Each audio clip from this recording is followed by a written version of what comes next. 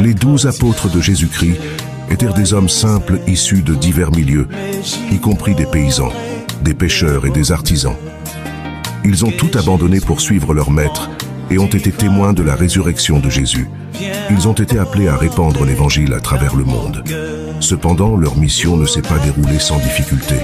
Persécutés et martyrisés pour leur foi, ils ont sacrifié leur vie par amour pour le Christ. Leur mort ne fut pas le fait de causes naturelles. Chacun d'eux offre un témoignage poignant de leur loyauté envers leur maître et illustre l'extrême cruauté que l'humanité peut infliger à ceux qu'elle considère comme ses ennemis.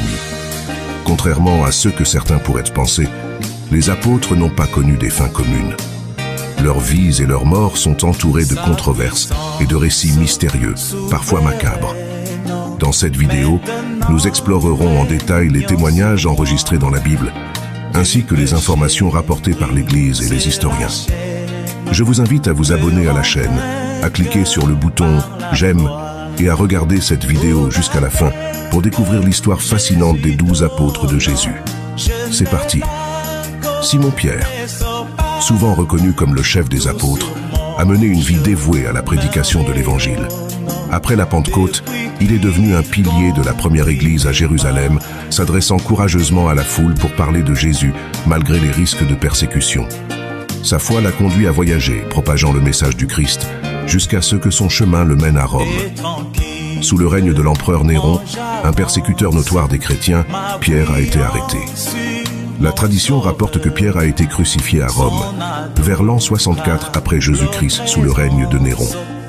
Conformément à son humilité et à son sentiment d'indignité de mourir de la même manière que son Seigneur, il aurait demandé à être crucifié la tête en bas. Sa mort marque non seulement un témoignage de sa foi inébranlable, mais aussi le début d'une série de martyrs parmi les apôtres, illustrant leur engagement jusqu'à la fin. Cette fin tragique de Pierre sert de puissant rappel de la persévérance et du sacrifice.